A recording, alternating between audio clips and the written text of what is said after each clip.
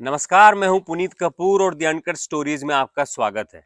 आज की स्टोरी में हम एक ऐसे आदिवासी समाज के बारे में बात करेंगे जिसमें महिलाएं कभी विधवा नहीं होती। ये समाज है गोंड समाज। गोंड समाज में ऐसा माना जाता है कि महिलाएं कभी विधवा नहीं होती। आप भी अगर अपने आसपास में जहां आदिवासी समाज के लोग रहते होंगे, गोंड जनजाति के लोग रहते होंगे, तो वहां पर आप देखिएगा कि आपको महिलाएं अमूमन विधवा नहीं मिलेंगी। इक्का दुक्का केस हो सकते हैं, लेकिन मोस्टली ज्यादातर जगह महिलाएं विधवा नहीं होती। क्या है इसके पीछे की वजह? क्या है इसके पीछे की प्रथा जिस वजह से आदिवासी समाज में महिलाएं कभी विधवा नहीं होती? इस बारे में हमें बताने के लिए हमारे साथ मौजूद है गोंडी धर्माचार्य और विद्वान प्रेम सिंह सलाम साहब। सलाम साहब, बहुत बहुत स्वागत है आपका। जी, जी, बहुत-बहुत धन्यवाद। सलाम साहब, हम लगातार सुनते हैं, देखते हैं कि ढूंढने से भी गोंड समाज में महिलाएं कहीं विधवा नहीं दिखाई देती हैं। तो क्या है इस प्रथा के पीछे वजह? क्या क्योंकि जन्म और मृत्यु तो लगातार चलने वाला एक नियम है, तो जिन महिलाओं का विवाह होता है उनके पति का देहांत भी होता होगा, उसके बाद भी विधवा नहीं होती, इसके पीछे की क्या वजह है, क्या प्रथा है? इसके पीछे का रहस्य ये है, गौंड समाज में जो बेटी का ब्याह होता है, वो पुत्रवधू नहीं कहलाती, कुलवधू कहलाती हैं।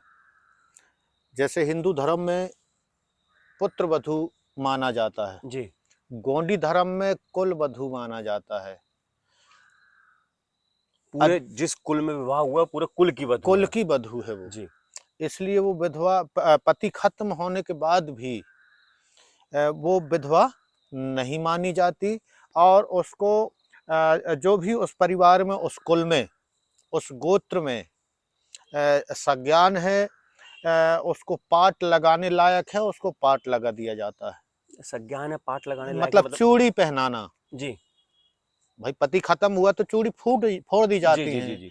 अब हमारी जो प्राचीन परंपरा के अनुसार उसको कुल में विधवा ना कहलाए, इस वजह से उसको देवर है उसका जो भी हो उस परिवार में, देवर कहना चाहिए। वो चूड़ी उसको पहना देता है, जिससे वो उस परिवार की वधू बनी रहती है। ऐसा क्या मैंने पढ़ा है कि 10वें दिन होता है, पति के देहांत के 10वें दिन हाँ, ये हाँ। रिवाज जो है, ये रस्म पूरी कर दी जाती है। 10वें दिन। अच्छा, इसमें एक जगह और मैंने पढ़ा, जो आपने कहा इसको क्या देवर पातो कहते हैं, इसको क्या सलाम हाँ साहब? जी। देवर पातो कहते हैं। देवर पाठ। देवर पाट, पाट मतलब? पाठ मतलब चूड़ी पहनाना। अच्छा, चूड़ी पहनाना। चूड़ी जी। पहनाना।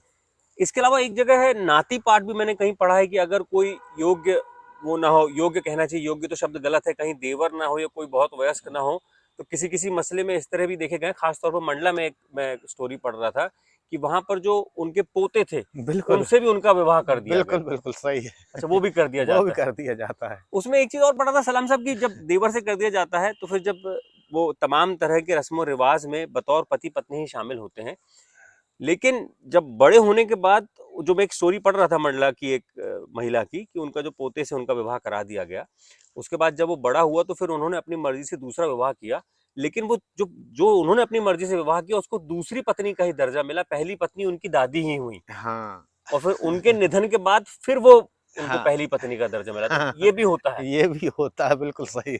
अच्छा।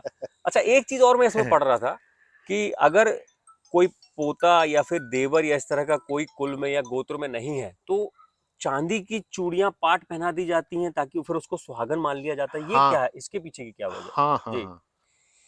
ऐसा भी होता है, तो उससे ये मान लिया जाता है, कुल मिला के उसको विधवा नहीं देना इसके पीछे का चाहते। क्या मतलब, तर्क क्या रहा है इसके पीछे पुराने समय में, अगर आपने पढ़ा हो कि ऐसा क्यों किया जाता था कि विधवा नहीं होनी चाहिए?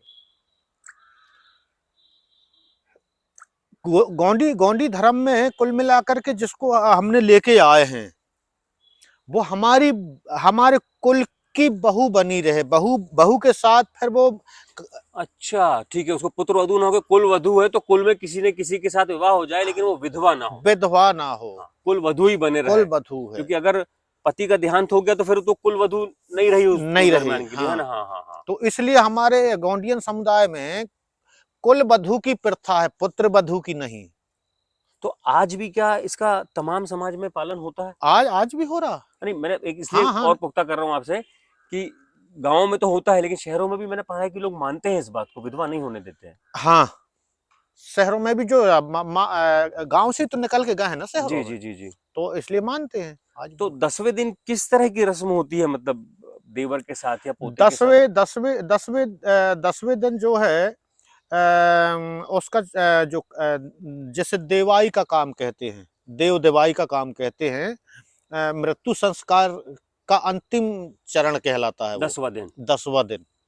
क्योंकि मातृ शक्ति यदि खत्म होती है, महिला यदि खत्म होती है, तो 9 दिन में किया जाता है अच्छा। वह काम। जी। और पुरुष यदि खत्म होता है तो उसका 10 दिन में किया जाता है। और इसके पीछे भी बहुत बड़ा रहस्य है। जिस प्रकार से बेटी का जन्म हो, बेटी गर्भ अवस्था में रहती है तो 9 महीने में, करेक्ट 9 महीने में उसका जन्म हो जाता है। और पुत्र का यदि होता है तो वो 10वें महीने 9 महीने पार करके 9 महीना 10 दिन में उसका जन्म होता है। तो उसी परंपरा को लेकर के जब, क्योंकि हम देव बनाते हैं उनको, जी। क्या बनाते हैं? देव बनाते हैं। देव बनाते हैं। हम उसको नदी में नहीं बहाते, कहीं भी सराते नहीं हैं उनको। जो मृतक जीव तत्व है उसको हम ऐसा, हमारा समुदाय ऐसा मानता है कि हम उसे देव मानते हैं, जैसे बूढ़ा देव मानते हैं। जी जी जी जी, तो पूर्वजों को जो पूजने के, उसी हाँ में हाँ। सम्मिलित करने की एक परंपरा है जी। तो उस परंपरा के अनुसार 10वें दिन उसका देव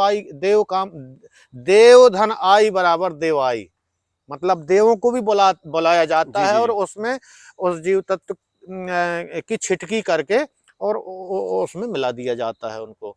तो वह कार्यक्रम संपन्न करने के बाद समाज गंगा बैठती है और विचार करती है कि अब इनका पति खत्म हो गया है, अब ये विधवा हो चुकी हैं। अब इनको उस विधवा शब्द को कहना चाहिए। समाप्त करने के लिए देखा जाता है उस परिवार में, कुल में यदि परिवार में नहीं है तो जो भी नाते रिश्तेदार का यदि दूर तक का भी यदि बना रहे हैं तो भी उसी गोत्रधारी को देखना पड़ता है और उसके साथ उसको बना दिया जाता तो है। विवाह के पूरे संस्कार होते हैं, सिर्फ चूड़ी नहीं नहीं, पहना कर? विवाह के संस्कार नहीं होते, मात्र चूड़ी पहनाई जाती वो है। क्या गर्म पानी से नहलाना, ऐसा कुछ भी होता नहीं? हाँ, वो नहलाना धुलाना ये वो, और इसके बाद वो पाट आट लगा देते, चूड़ी पहना देते हैं उसको, जी है ना। वो चूड़ी क्योंकि निकालना पड़ता है वो चूड़ियाँ, जी तो जी जी। फिर से नई चूड़ी पहना करके और उनको समाज गंगा दोनों को हाँ, मान लेते हैं। तो अभी भी है, मतलब ये जो बात है ना, अभी भी है, अभी भी विधवाएं नहीं होती हैं नहीं महिलाएं होती, इसमें। विधवाएं नहीं होती। चलिए, तो बहुत बहुत शुक्रिया जानकारी देने के लिए सलाम साहब। तो देखिए, आपने दूसरी तमाम जातियों में भी देखा होगा कि वहाँ पर विधवा पुनर्विवाह बहुत अरसे बाद शुरू हुआ है, लंबे समय तक। एक दौर पे हिंदुस्तान में वो दौर रहा है जब सती प्रथा की भी, इस तरह की गलत प्रथाएं भी चली हैं, जिसको बाकायदा एक आंदोलन चलाकर रोका गया है। हम्म, विधवा पुनर्विवाह होने में भी बहुत वक्त लगा, लेकिन गोंड जनजाति है जहाँ पर एक लंबे समय से ये परंपरा लगातार चली आ रही है, जहाँ पर किसी भी महिला के अगर पति का देहांत हो जाता है, पति अपने देह त्याग देते हैं, तो उसके बाद फिर उसका 10वें दिन विवाह हो जाता है। परिवार में कुल में अगर कोई पुरुष है, देवता है, किसी जगह पे अगर कोई वयस्क पुरुष नहीं होता है, तो नाते जो पोते होते हैं उनसे भी उनका पाठ कर दिया जाता है। और अगर ऐसा अपवाद स्वरूप कहीं ऐसे केस आ जाएं जहां पर कि कोई भी पुरुष ना हो अगर उस परिवार में, तो वहां पर चांदी की चूड़ियां पहनाकर उनको सुहागन मान लिया जाता है और फिर वो एक सुहागन की तरह ही रहती है। हम्म। ये वीडियो आपको कैसा लगा, हमें कमेंट करके ज़रूर बताइएगा। अगर अच्छा लगे तो लाइक कीजिए, शेयर कीजिए और हमारे चैनल को सब्सक्राइब ज़रूर कीजिए। शुक्रिया। धन्यवाद।